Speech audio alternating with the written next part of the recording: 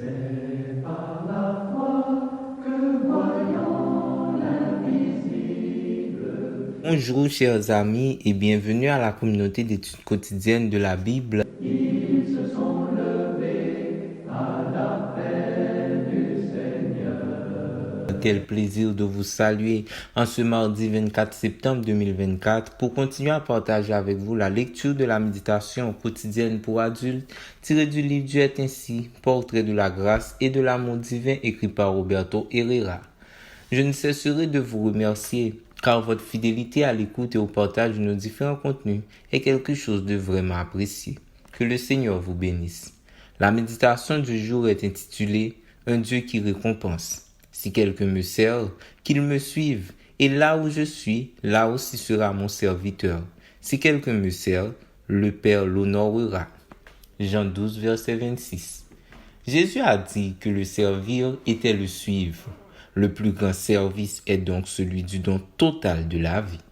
Servir le Christ n'est pas faire quelque chose pour lui, mais faire ce qu'il nous demande. Ce n'est pas aller là où il nous plaît, mais là où il nous envoie. Il s'agit d'une attitude de don de soi et non de service de soi.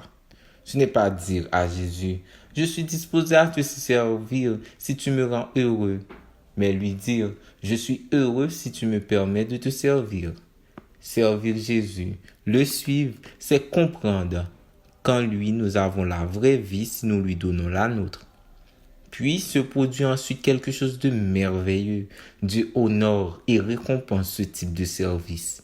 Il honore et récompense celui qui se donne totalement au service du Christ en renonçant à tout pour suivre le Maître sans attendre quelque chose en retour.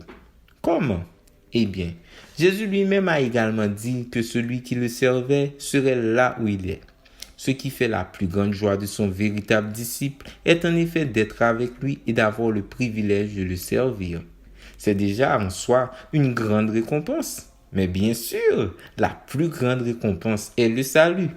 Quand Dieu récompense le chrétien qui donne sa vie au service du Maître, il ne le fait pas toujours par des bénédictions tangibles ou matérielles.